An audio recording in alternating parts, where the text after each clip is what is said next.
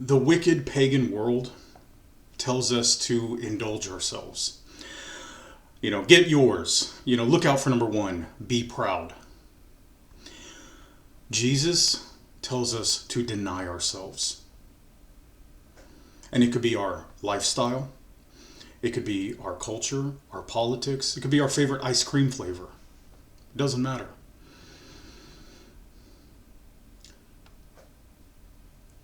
One of the greatest facets of love is sacrifice. The Christian life is a life of sacrifice, not of gain. Now,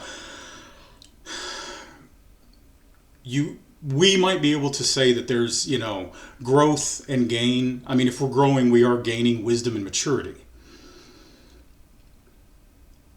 It's a life of worldly sacrifice. Worldly sacrifice.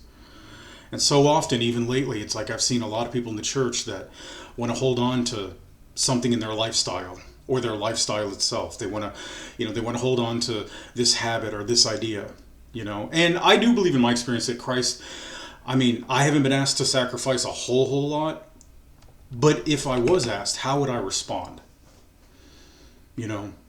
We are called to deny ourselves, not to indulge ourselves. And we really need to think about that. We really need to let that move from our head to our hearts. And I know it's easy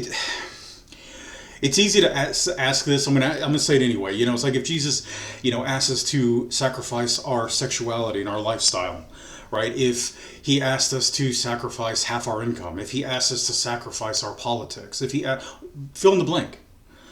If he suddenly asks us to, go sell all your guns, whatever it may be. Like things that we really hold dear to ourselves. Would we be willing to say yes? Could we at least consider it? Or do we have a knee-jerk reaction and it's just right off just no, I'm not going to sacrifice that. Because if that's our attitude about anything, fill in the blank. If that's our attitude, that's a problem.